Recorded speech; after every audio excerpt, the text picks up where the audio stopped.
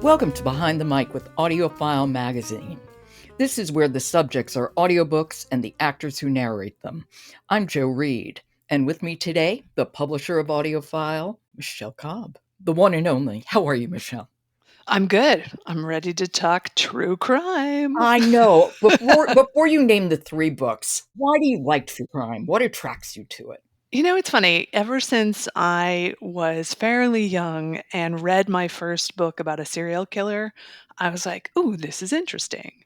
And so I have been interested in true crime television shows, podcasts, and audiobooks ever since then.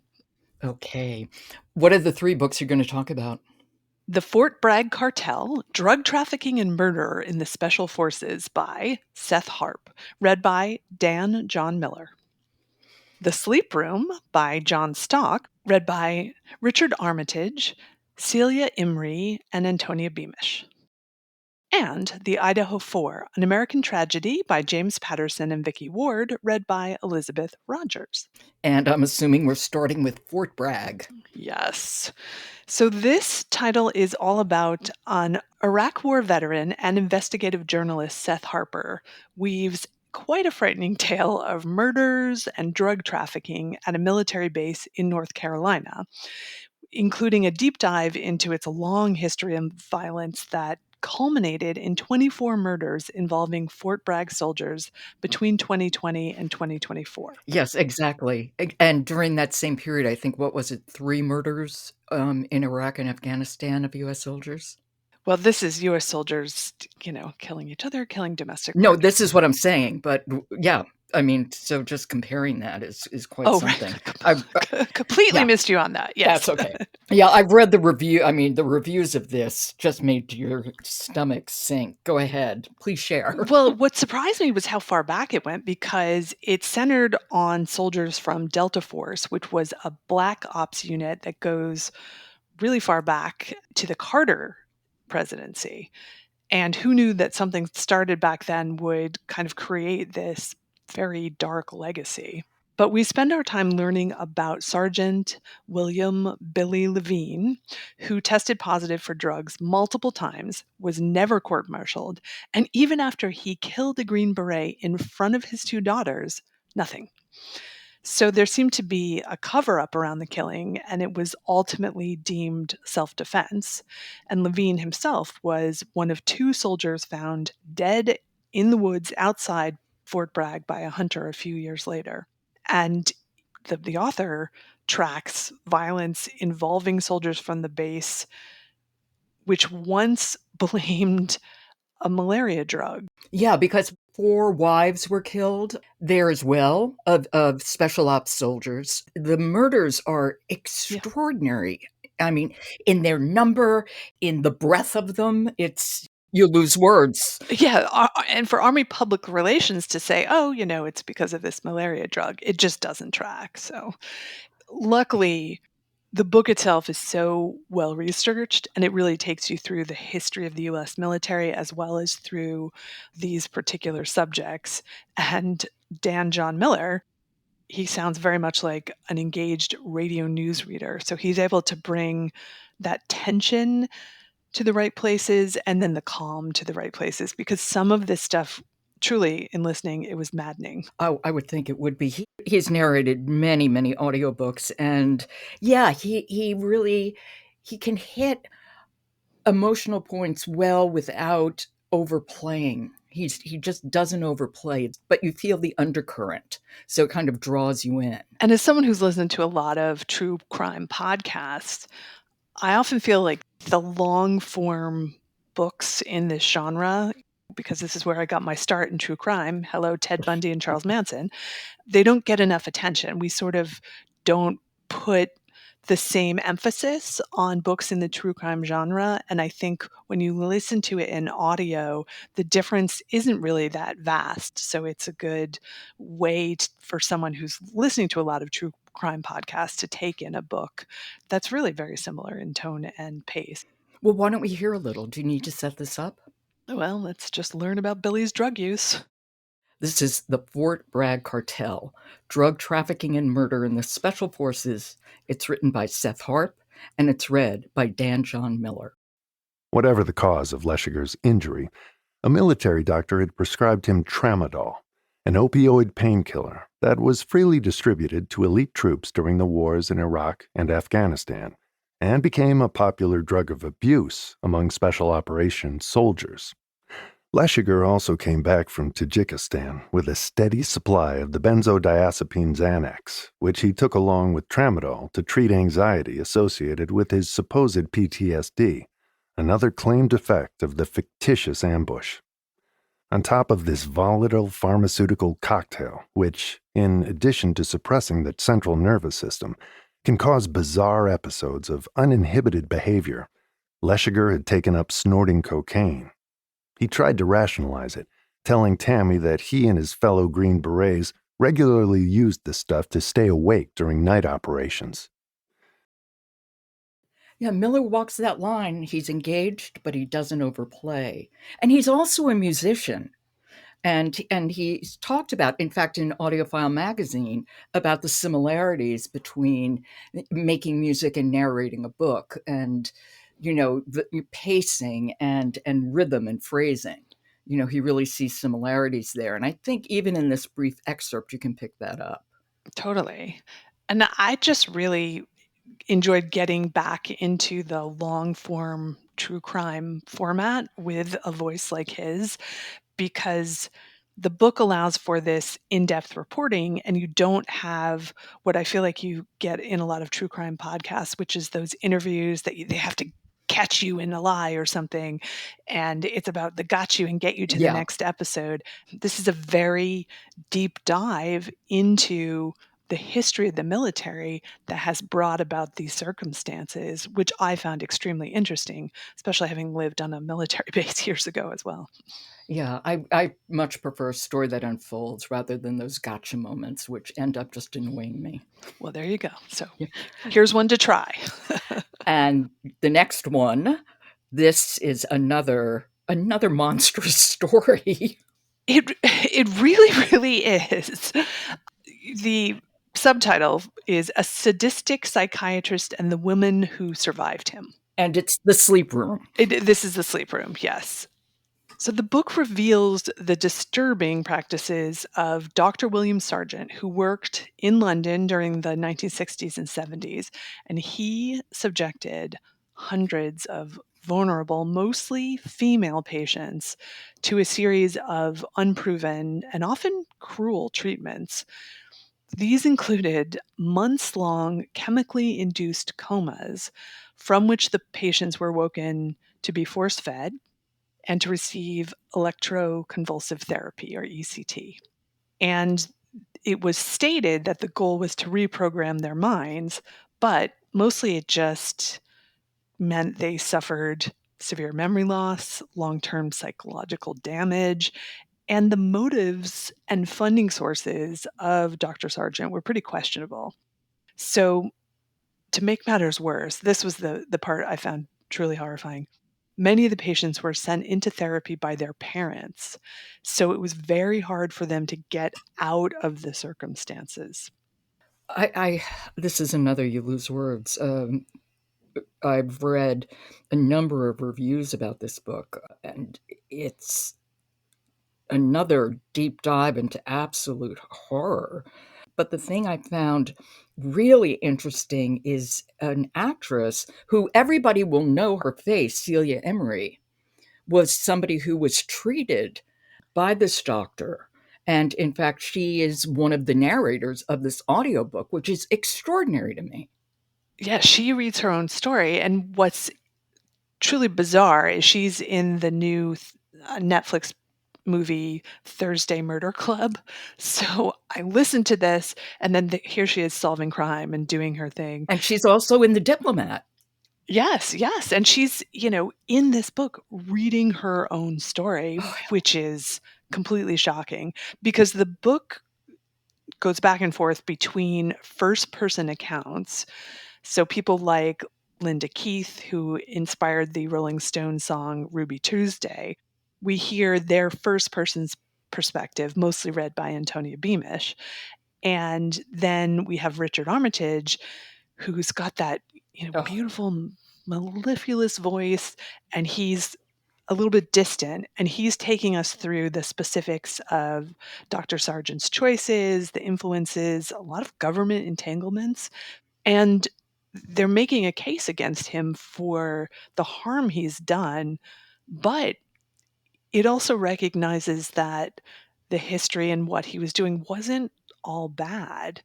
So it's important to have such good narration because it's sort of like a teaspoonful of sugar makes the medicine go down. You have that hard to listen account in this really excellent voice, which was helpful to me in not being overwhelmed by the emotions. Oh, I would think. Yeah, Richard Armitage has, I think, one of the best voices in the business. I Yes. just love it. And happily, he does many things. We can see him on television, we can see him in film, and we can hear him on audiobooks. So Yes. you just keep going. So are we going to hear from him in this excerpt? Yes. Here's a little glimpse into the ward. Okay. This is from The Sleep Room. It's by Jon Stock, read by Richard Armitage, Celia Imrie, and Antonia Beamish. The ward nurses always heard Dr. William Sargant, long before he arrived. The nurse thought the trolley, a sound she'd come to dread, was due to arrive tomorrow, but she must have lost her own sense of time too. In a moment, it would come rolling through the doors.